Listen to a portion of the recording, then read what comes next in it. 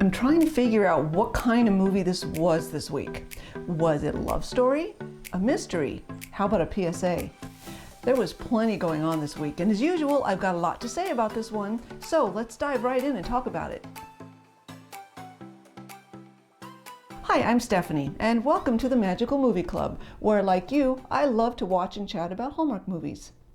On June 1st, we watched For Love and Honey, starring Andrew Walker and a newcomer to Hallmark, Margaret Clooney. Andrew Walker probably needs no introduction.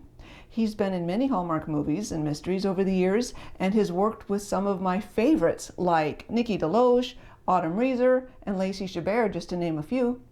But I suspect the first movie that probably comes to most people's minds is Three Wise Men and a Baby. Margaret Clooney, as I just mentioned, is a newcomer to Hallmark. I don't know much about her other than she is from England, so the accent is hers. For Love and Honey is set in Malta, a small island in the Mediterranean. I looked it up on a map and it's just south of Sicily. In the opening scenes, aside from the stunning scenery, we're bounced back and forth between Eva, played by Margaret Clooney. She's riding a motor scooter across the island. And Austin, who is Andrew Walker's character, he's giving a lecture in a university classroom. I will say the scooter scene was a little interesting because for the rest of the entire movie, she drives an old truck, and that truck actually becomes essential to the story. But you'll see in a moment why the scooter was necessary for this opening. The topic of Austin's lecture is a 17th century Jesuit priest by the name of Jacques de Beauvoir. He had traveled to America in 1630, but stopped in Malta along the way. According to this lecture, his time in Malta was significant, but when he was looking through the diary notes about his time there were some inconsistencies and some things missing, including a picture of this box. So the significance of this box and the role that it played in the, what did he call it, the prosperity that he brought with him to the New World, it becomes the theme of this movie. We'll get back to those details more in just a bit. The next scene, it's one that we see in almost all new Hallmark movies these days. It's, what do they call it, the meet cute? Eva is now riding through some very narrow streets in the town of Port Grace, and Austin walks out right in front of her while he's looking at his phone. She swerves sharply and skids to the ground to avoid hitting him. That should have been quite painful. Although he does immediately apologize, she snaps at him for not watching where he was going, and he snaps right back, accusing her of speeding. And before we know it, she's throwing insults at him. And you know that because you live on these streets? This collision scene has been seriously overdone recently in Hallmark movies, and you know what? I would love to see something a little more original by now. Especially because at exactly 4 minutes into this movie, I had already decided that she made a rather negative first impression. Tourists. And the way that Eva ended up ranting on and on about that meeting, it was a cookie-cutter replica of the beginnings of falling in love in Niagara. In a different scene now, she's talking to a group of locals, including the Bookkeepers Alliance group and the mayor of Port Grace, about a shortage of food for the bees. I propose we plant bee-friendly wildflower gardens throughout Port Grace. The mayor then mentions the first annual Port Grace Honey Festival is coming up this weekend, and he asks for volunteers to form a subcommittee to come up with a marquee event. Really? The festival is literally days away, and only now he's coming up with this? And we need a marquee event.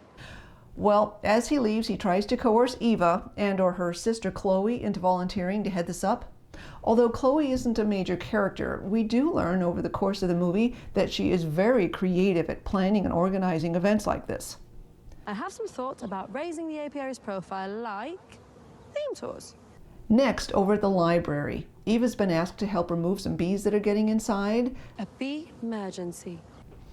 That's because Eva, as we'll soon find out, runs the family's long-standing apiary, a beekeeping business, and happens to be an expert on bees and honey. Apparently her mother ran it for years, but Eva took it over for her when her mother passed away a year ago. When she arrives at the library, notice her friend Luna now points out that she's still driving the old truck. Are you seriously still driving that junk heap? The fact that earlier she got right back on the scooter to drive away is an indication that it was not damaged in the fall. So when and why did she suddenly switch to driving a truck? Anyway, it's not critical to the story. Luna segues right on to the also cookie-cutter script about Eva's lack of a love life and how she hasn't had anyone serious in her life since insert last boyfriend's name. Yeah, that's also getting a bit too repetitive nowadays. However, the library is where Eva and Austin meet once again. You see, Austin's the one bothered by those bees flying around him while he's trying to do some archaeological research. And of course, Eva yells at him for swatting at one of the bees. Hey, stop it! I actually loved his reaction when he saw who it was. Are you following me? But also, like the beginning of Falling in Love in Niagara, I was bothered by Eva's petty, childish behavior toward him as she intentionally pushed one of his research books off the desk onto the floor as she was leaving. Oops, sorry. I promise you, I'm doing my best to not go off on another rant about this type of awful behavior from Hallmark's leading ladies, because that would simply be unladylike myself, and I'm trying to be better than that. But you know how I feel when I see this. After Eva seals up the hole in the wall with some tissues and scotch tape, which I noticed she calls sellotape, Austin jumps to his feet because there's a bee crawling on his desk. Or to be more precise, it's crawling on a 400-year-old census he was studying. And when she scoops it up with the bee on it, she looks at Austin like she absolutely couldn't care less about what happens to that census. That's a 400-year-old census. She treats it like a piece of scrap paper, which was seriously disrespectful in my opinion. She is so smug and arrogant around him. Granted, he didn't have to egg her on either, which he clearly enjoyed doing sometimes. Well, nobody's perfect. Well, when they went outside to follow the bee to search for its hive, they found it in a corner of a wall that turned out to be a significant archaeological find. This part of the wall looks like it could have belonged to a different building. That must be why she had to drag out that old census with the bee, because if she hadn't, Austin wouldn't have followed her over there and they wouldn't have noticed the wall. I will say I was fascinated by some of the history we learned in this movie about Malta. This comment right here, for example. Probably Roman or Punic or Greek or Phoenician or just all of the above. It's how I learned that Malta is a conglomerate of all these different cultures over thousands of years. Well, later in the day, Eva removed the hive and put it in a wooden box. And as she was scraping the wall, not sure what that was about, Austin walked up behind her just to see how she was doing. Well, she was startled and snapped at him again. Give a girl some warning. Fortunately, he didn't seem to care one bit because he was focused on what she was uncovering with her scraping. Aside from the fact that the plaster or whatever that was on the surface crumbled away remarkably easily, what was unexpectedly uncovered was a fresco, basically an ancient mural painted on the wall. As you can see, he's absolutely ecstatic and he hugs her with all his excitement. The secret of this fresco, and whether or not it has anything to do with Jacques de Beauvoir's diary, becomes the theme of this movie and the mystery to be solved. On a side note, if you're looking for an inexpensive way to watch Hallmark Channel movies, I'd like to take just a moment to let you know about Friendly TV. I've been a subscriber for years, and I feel very fortunate now to have an affiliate relationship with them. What I like about Friendly TV is, first of all, they're the most affordable live TV streaming service I know, and that includes unlimited DVR and a 72-hour look back with the classic plan. That means that if I accidentally forget to record a movie, and that does happen from time to time, I still have 72 hours to go back and watch it and still save it as a recording. Both of those features are awesome, and this is how I watch Hallmark movie premieres every week on Saturday nights. So if you're in the US or Canada, use the link in the description below to check out Friendly TV and all they have to offer. There's no additional cost to you for clicking this link, but this is how they know that I sent you there, and it's how I know that you were sent to them through one of my YouTube videos. So thank you for checking them out. And now, let's get back to the movie review. The argument that ensues next is whether or not he has the right to study the fresco, while Eva argues the need to continue removing the straggler bees that will undoubtedly keep coming back. You can trust me. Not with nationally protected bees, you can't. Fortunately, the mayor is actually quite reasonable with his solution to allow both of them to do their work simultaneously for the moment. There were times when I thought the mayor was up to something dishonest. It didn't turn out that he was, but there were hints of it from time to time throughout the movie. Just had to throw that out there. Now, I can't figure out how much time has passed, but I'm guessing some time must have passed, because when Austin arrives at the apiary to meet with Eva to begin working with her on that fresco, What are you doing here? she says she won't be available for a few hours because a tour is about to start. I'm sorry, though. I've got a tour about to start. And we know from the first conversation that Eva had with her sister at the beginning of the movie that Chloe just thought up the idea of opening the apiary for tours. Obviously, this sort of thing takes some planning and advertising to bring in guests for a tour. I don't know. Let's continue. Since Austin has to wait anyway, he decides to join the tour, against Eva's wishes. Okay, well, then sign me up. No, sorry, it's full. At this point, I think she's just being disagreeable for the sake of being disagreeable. But Austin really wants to study that fresco, and she's her ticket to do so, so he puts up with her. That's my guess anyway. I have to say I'm glad he did, because the little bit of Malta's history that they shared with us, the viewer, during her tour of Welcome to Pacifica Grove Apiary. I found it quite fascinating. It was so much nicer to see Eva smile for once as opposed to constantly scowling at and bickering with Austin. The movie also showed us a lot about real bees and their significance in Malta. I'm going on face value here, so I do hope that there's some truth to what they showed us in the movie. When they finally got back over to the fresco, Eva suggested that the buildings depicted in the picture, it could be an ancient map of Malta, and being familiar with Malta, she has some ideas as to what the buildings might be. But when Austin asked her to accompany him on his journey to try to figure this all out, she got snippy again. I did not agree to ferrying you around the country on a wild bee chase. Well, she was at first, but she caved when he promised her it would be fun. But I can promise we'll have fun trying. The next day, the day they were to start on their adventure together, the mayor shows up to begin discussing the marquee event for the festival. So clearly I was wrong about the passage of time. Apparently it's only been one day since the start of the movie. I guess the impromptu tour of the apiary that Eva gave to those honeymoon couples was apparently already planned by her sister. I'm just not so sure she actually told Eva about it beforehand. Oh well, let's continue. Fortunately for the mayor, Chloe was full of ideas for the festival, which left Eva available to head out with Austin. What about a pageant, an art show, or a race? At their first stop, they explored the inside of a cave and came upon a drawing of a bird, It's a honey-guide bird. You can tell by the white circle under its eye. which she said were used to guide their ancestors to ancient bee colonies. Clearly, every single aspect of this movie is going to be all about the importance of bees. I was already starting to find it to be a little too much. Not that there's anything wrong with learning about them and their importance, but I was ready to start seeing some character development more than a documentary on bees. Although they did tease us with just a hint of a romance developing when they stopped to do a taste testing, and Austin in this scene was helping Eva tie her apron. But after that, they went on their way to look for a tower depicted in the fresco, and that's when her truck broke down. So of course they had to stay out there for the night. That too has been way overdone by Hallmark. And by the way, this segued into another lesson on the history of Malta. Again, I enjoyed some of the history. It was just getting to be too much. We were about halfway through the movie at this point, and I was ready for their story to begin. Fortunately, I think it did. In the second half, we learned a little bit about each of their childhoods.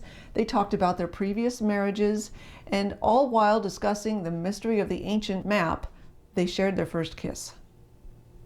The next day, though, she dismissed it as just a kiss and it didn't mean anything at all. Last night was nothing. And that was pretty much all there was in terms of any romance developing here. The rest was all about bees, Malta's history, and the meaning of this fresco. The festival day arrived, and it looked like a success. Everyone seemed to be having a lot of fun dancing and shopping, and Eva's booth sold lots of honey, and Austin helped her out. Something I noticed for the first time was when Austin told her about a battery that he needed for an infrared gun so that he could study the fresco and how it apparently had arrived just while the festival was going on. Eva was genuinely excited, finally, to go with him to see what it might reveal. I wish you would have said something. I would have closed the booth earlier. Let's go. It took her about an hour and a half into this movie before she finally showed the slightest bit of interest in going with him on this venture. Let's face it, up until now, she has only been interested in saving her bees. So what it revealed was a group of 3 bee maidens. And yes, of course she's interested. If you haven't figured out by now, everything about this journey has something to do with bees. It's the bee maidens. Well, all good things seemed to come to an end when the Maltese government stepped in and took over the project from Austin. But this area now is under the protection of Heritage Malta. He had become frustrated with their lack of progress at this point, and he said something to Eva he really shouldn't have. I wasted so much time with you. And here I thought Eva was harsh sometimes. So Eva returned to the festival that was still going on. Now, when I watch these movies, I look for character growth. And interestingly, I did see some changes in Eva here, but not about her relationship, or lack thereof, with Austin. No, when she returned to the festival, she realized she had been underestimating her sister's contributions to the apiary all this time. I've been making it all about me and my insecurities. You're just trying to help because you care. And she offered to make her an equal partner in running the family business. That was one of the best moments of this whole movie because I genuinely like Chloe. Which is why you should be my partner. She was the saving grace of this movie for me. And if I do say so, the little bit of romance we saw between her sister and the mayor, it was really sweet. As the story was winding down, Eva was talking to one of the townsfolk, Paolo, and he started to tell her a story about the old Honey Road. What's the old Honey Road? How have I never heard of it? It turns out that there's actually something about honey and Malta's history that she's never heard of. As she's listening to the story, she has an epiphany, and she calls Austin just before he leaves the island. The fresco, the map, the French priest's golden way, it's all to do with bees. So, what happened to Austin and Eva's romance? Well, Austin left Malta to go home to Michigan, and Eva gave him a kiss on the cheek. Can't you just feel the chemistry there? But I'm really glad I met you. And then, a month later, they were all back to living their normal lives when Austin came back to Malta because his work brought him there, not Eva. Requires me to be on-site liaising for Heritage Malta during the time of the excavations. And when she saw him and he told her about why he had returned, what did she say? I mean, you could have texted. Yep, there's some serious chemistry now. Come on, where's the emotion? Where are the goosebumps? Non-existent. And even he said, So I just figured I'd come tell you in person. This movie had absolutely no romance between these two. None. To me, the best Hallmark movies usually show us how the two of them can't bear the thought of living without each other and that their lives are better together than they are separately. Did anyone feel like that happened here with Eva and Austin? Because I sure didn't see it or feel it. No, this was a mediocre mystery and a 2-hour-long documentary on the history of Malta and the importance of bees. For the history lessons and the behind-the-scenes look at bees and honey, I'll give this a 2.5 out of 5. I actually do like some of those scenes, just not to the detriment of the romance and the character growth. You know, with Andrew Walker in this one, it really should have been much better, but their romance was dull. Dull, dull, dull. So how about you? What did you think of this one? Just based on the IMDb ratings, they're sitting at a 6-7 right now, so I have a feeling my opinion might not be the popular one this week, and that's okay. If you enjoyed this one more than I did, I would love to chat about it more. Well, I think that wraps up my review of For Love and Honey. Next week, we'll be watching the second premiere in the Passport to Love series called Savoring Paris, starring Bethany Joy Lenz. And after that, we'll be watching A Greek Recipe for Romance. As always, thank you so much for being a part of the Magical Movie Club. If you like this too and want to see more, please let me know by hitting the like button and subscribe to the channel. Also, consider following us on Instagram at Magical Movie Club and on Twitter at Magical Movie Club with no U in club. You can find those links below in the description, as well as links to the preview and the movie page for Love and Honey at Hallmark.com. I'll be back next week to chat more about our favorite magical movies. Oh, okay. Nishtam Riat Tahut. Huh. And what do you think that means?